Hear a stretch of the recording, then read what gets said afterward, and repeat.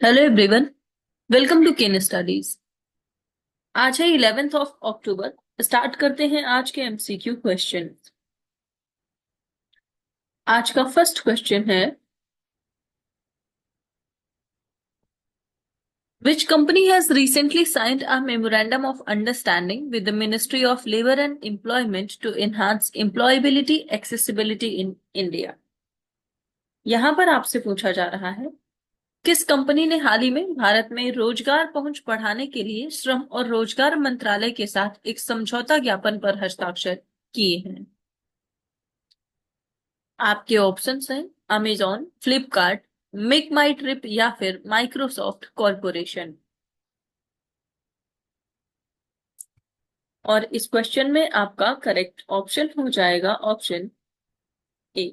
सो ये समझौता हुआ है ministry of labour and employment और अमेजॉन के मध्य। आप यहां देख सकते हैं, on 26th of September 2024, the Ministry of Labour and Employment signed a memorandum of understanding with Amazon in New Delhi to enhance employment accessibility in India. So the MOU also highlights the joint commitment to leveraging the National Career Service portal to boost job opportunities, and the portal is developing as a one-stop platform for accessing employment opportunities across sectors and industries. And under this MOU, Amazon and its third-party staffing agency involved in hiring for Amazon will regularly post job vacancies on the NCS portal and conduct hiring through it. बढ़ते हैं next question की ओर। With reference to the Mindfulness India Summit, consider the following statements. यहाँ पर mindfulness India शिखर सम्मेलन से संबंधित कुछ कथन दिए गए हैं जिन पर आपको विचार करना है। फर्स्ट स्टेटमेंट है, it focuses on advancing the understanding and application of mindfulness and emotional intelligence in personal and professional areas. And second, artificial intelligence is one of the focus areas of the summit. और यहां पर आपसे correct statement पूछा जा रहा है, आपको बताना है माइंडफुलनेस इंडिया समिट से संबंधित यहां पर कौन से स्टेटमेंट्स करेक्ट हैं। इस क्वेश्चन में आपका करेक्ट ऑप्शन हो जाएगा option A. So first statement यहां पर आपका करेक्ट है, जबकि सेकंड इनकरेक्ट है। आप देख सकते हैं, the mindfulness India summit is organised by the mindful science centre and the summit primarily focuses on mindfulness, emotional intelligence and neuroscience rather than artificial intelligence. The United Nations has recognized mindfulness as an important skill for achieving sustainable goals and success in leadership. The third edition of the Mindfulness India Summit is scheduled to take place on 17th and 18th of October in Mumbai, and it aims to provide leaders and professionals with strategies for healthier, more empathetic workplaces. और इसका theme है thrive in the age of disruption, and it highlights the mindfulness as essential for navigating today's business challenge. तो आप ध्यान रखेंगे, mindfulness India summit का आयोजन किया जाएगा मुंबई में। बढ़ते हैं नेक्स्ट क्वेश्चन की ओर।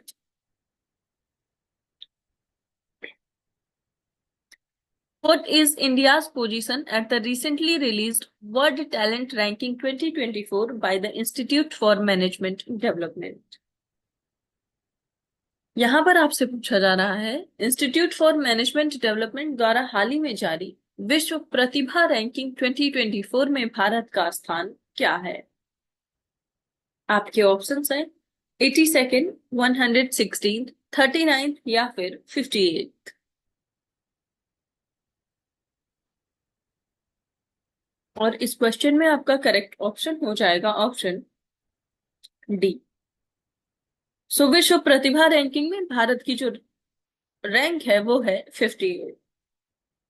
आप देख सकते हैं, According to Switzerland-based Institute for Management Development World Talent Ranking 2024, the socio-economic implications of AI in the workplace, Switzerland has topped the list as world's most competitive country for the 11th consecutive year with overall score of 100.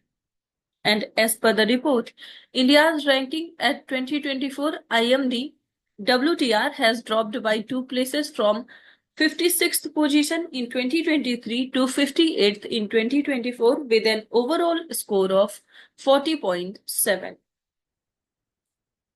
So first place पर हमने देखा कि Switzerland है. Singapore has been ranked at second position with an overall score of 85.65 followed by Luxembourg, Sweden and Denmark.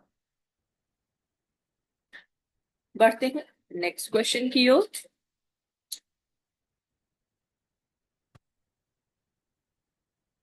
Consider the following statement with respect to the 79th session of United Nations General Assembly. यहाँ पर संयुक्त राष्ट्र महासभा के 79th जो सत्र हुए हैं हाल ही में, उससे संबंधित कुछ कथन दिए गए हैं जिन पर आपको विचार करना है. फर्स्ट स्टेटमेंट है, during UNGA 79, the state of Palestine, a non-member observer state of the UNGA, was given a seat in the General Assembly Hall among the United Nations member states. And second, the Science Summit 2024 was organized by the Council of Scientific and Industrial Research and its partners from 10th to 27th of September. And third, India had joined an agreement called Biodiversity Beyond National Jurisdiction Agreement or Treaty of the High Seas at United Nations General Assembly. और यहां पर आपसे correct statement पूछा जा रहा है. आपको बताना है संयुक्त राष्ट्र महासभा का जो 79th सत्र हुआ है उससे संबंधित यहां पर कौन से स्टेटमेंट्स करेक्ट हैं.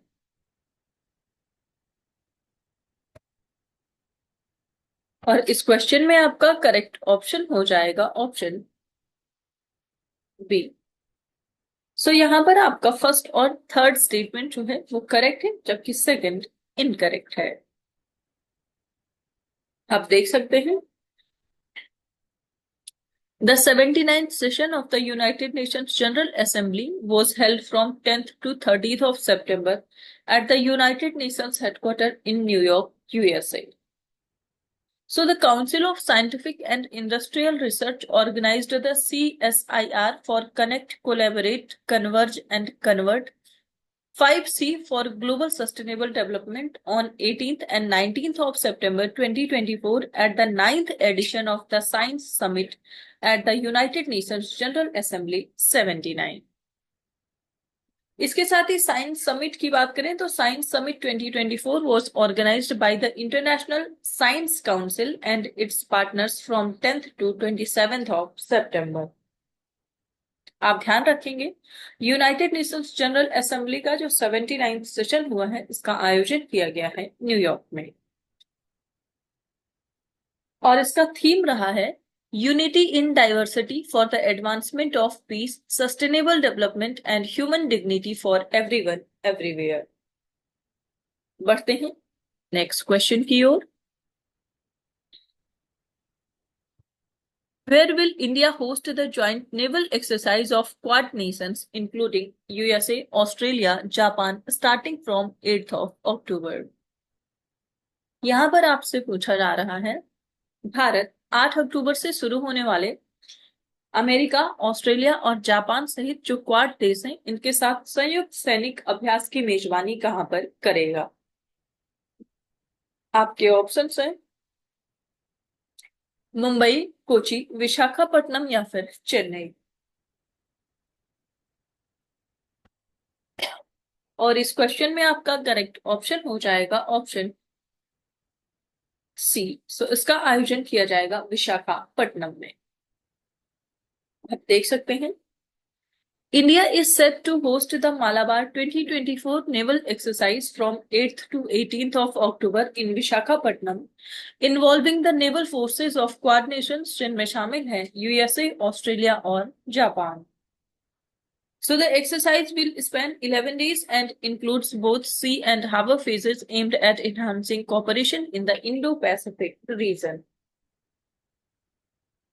The Indian Navy described this edition of Malabar as the most comprehensive to date and complex operational scenarios and participation from various naval platforms, including guided missile destroyers,